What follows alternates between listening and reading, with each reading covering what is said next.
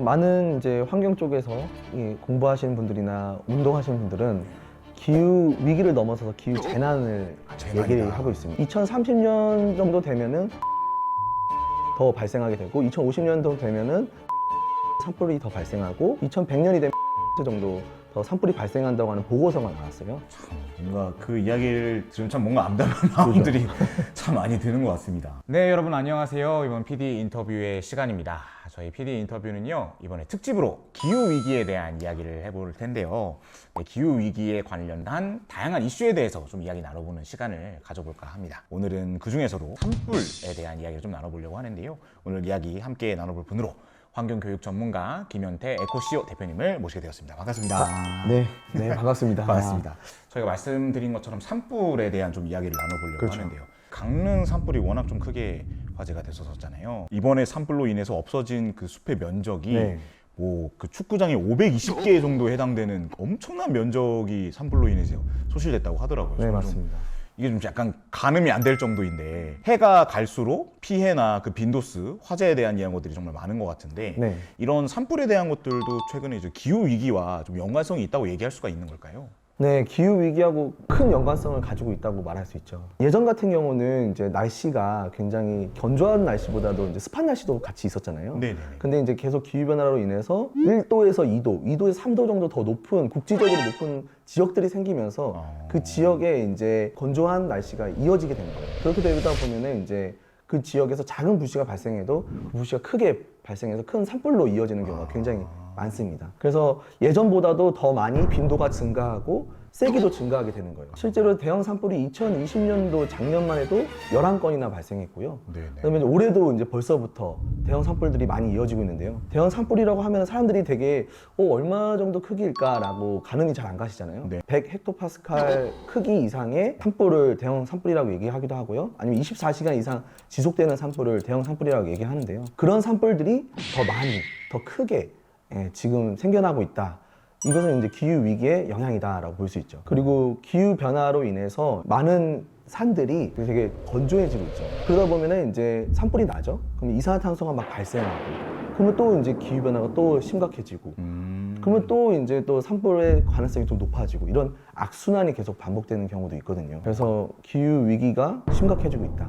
산불을 더 재촉시키고 있다라고 볼 수 있죠. 네네. 결국에 그 산불이 기후 위기로 인해서 일어나기도 하고, 네, 또 산불 자체가 기후 위기의 또 원인이 되어지도 하는 그렇죠. 그런 현상이 반복되고 있는 게 맞는 걸까요? 그렇죠. 악순환의 고리라고 얘기를 해요. 이산탄소가 많이 발생하게 되면은 우리가 다들 알다시피 지구 온난화로 인해서 기온이 상승하고 이런 건 알고 있잖아요. 네. 그러면 또 다시 이제 그것이 이제 건조한 기후를 만들고 건조한 지역들을 만들고 하다 보면은 거기에 또 다시 산불이 발생하고, 산불이 발생하면 그 안에 있던 나무들이나 아니면 생명체들이 이제 타면서 온실가스가 또 배출되고, 이게 계속 반복이 되는 거죠.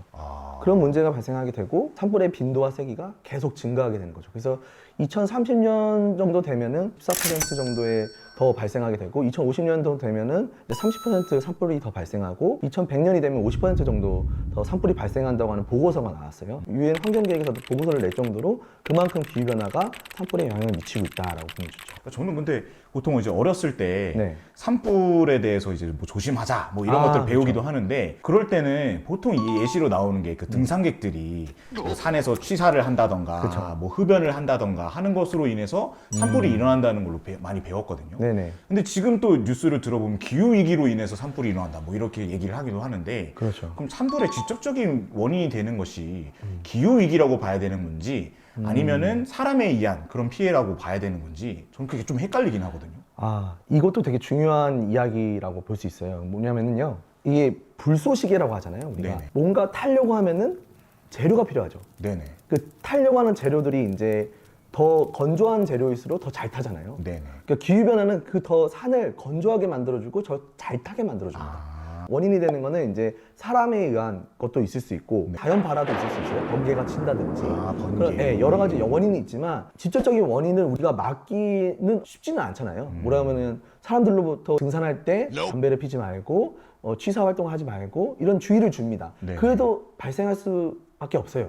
사람들이 부주의하기 때문에. 그쵸, 완전 막을 수는 완전 막을 수 없어요. 그리고 번개가 치는 것도 우리가 막을 수 없지 않습니까? 자연적으로 이렇게 건조해지는 거는 자연이 건조해지는 거기 때문에 그것 또한 이제 우리가 막기는 어렵죠. 결국에는 진짜 사람들의 어떤 행동으로 인해서 그렇죠. 발생되는 그 원인도 있겠지만 그거를 완전히 제거한다라고 하는 것은 불가능한 일이기 그렇죠. 때문에 네.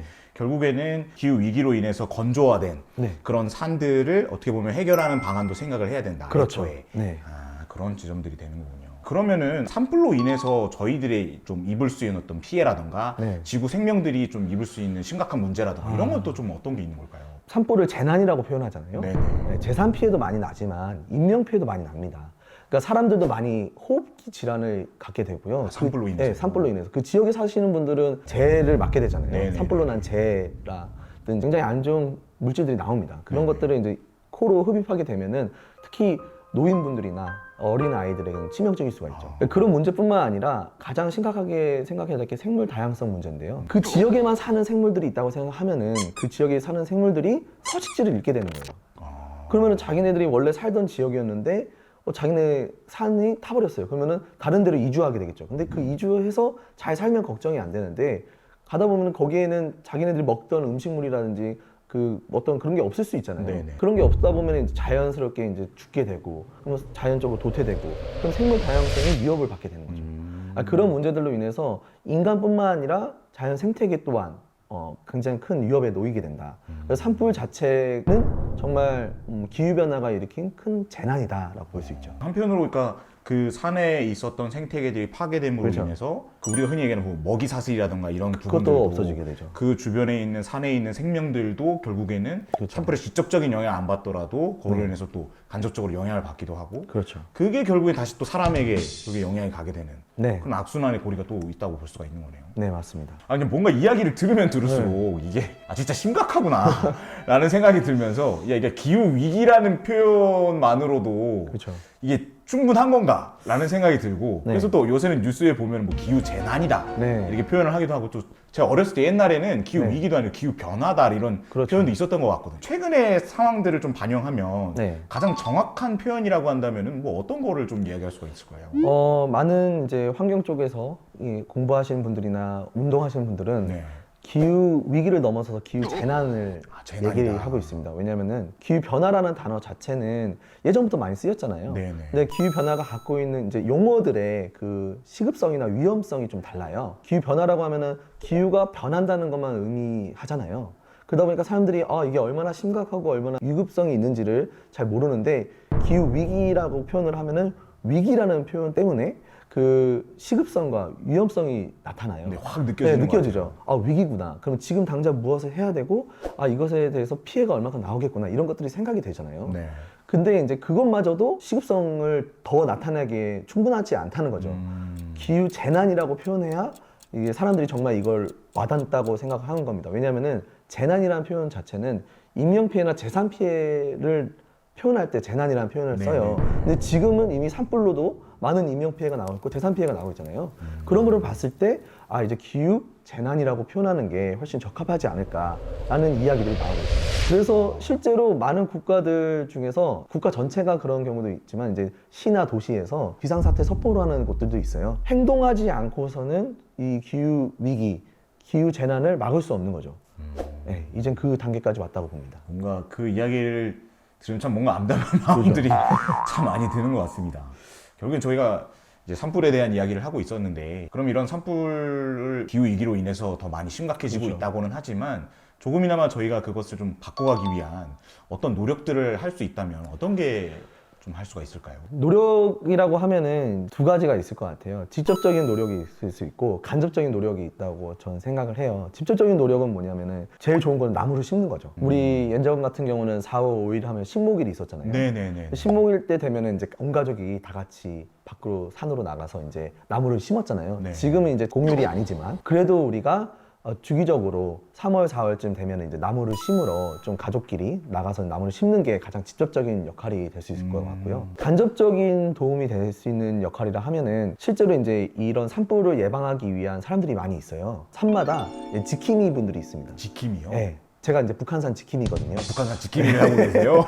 지킴이의 역할이 뭐냐면 산불을 예방한다든지 산 사태라든지 이런 거에 대한 안전 교육이라든지 이런 것들을 해요. 그리고 거기 산에 보면 쓰레기가 많잖아요. 네네. 그런 거 줍는다든지 아. 이런 역할들을 하는데 그런 거에 이제 하시는 분들이 많이 있습니다. 자원봉사로 하는 아, 역할이고요. 그럼 자원봉사로 또 네. 하는 거군요. 그러다 보니까 자기가 직접적으로 하지 못하면 그런 분들에게 좀 이렇게 후원을 해준다든지 아니면 그런 지킴이 분들을 위해서 응원을 해준다든지 이런 것도 있을 수 있고요. 그리고 또 제일 좋은 거는 이제 산불 예방하는 데 있어서 캠핑 같은 거를 많이 가잖아요. 네네. 인화성 물건이라든지 이런 거를 안 가지고 가고 갈 때는 조금 조심하고 건조한 시기에는 좀 산행을 좀 자제하고 아. 이런 것들이 있다고 봅니다. 그럼 결국에 어떤 자연적인 원인으로 이렇게 발생하는 화재까지는 막을 수는 없지만 그렇죠. 최대한 인명적 피해로 인해서 발생하는 산불을 좀 막는 게 예방할 수 있는 그렇죠. 그런 노력들을 하는 게 되게 중요하겠네요.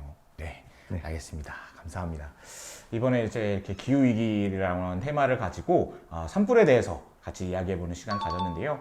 마지막에 이렇게 저희들이 어떤 노력들을 할 수 있는지까지도 정리를 해보는 시간을 가지게 되었습니다. 그래서 여러분들도 잘 유념하시고 집에서도 또 산에 가실 때에도 정말 산불 유념하시면서 같이 생활할 수 있으면 좋겠다는 생각이 드네요. 오늘 이렇게 이야기 나눠주신 네. 대표님 정말 진심으로 아유, 감사드립니다. 감사합니다. 네, 그럼 이것으로 이번 주제는 마치도록 하겠습니다. 감사합니다. 네, 감사합니다.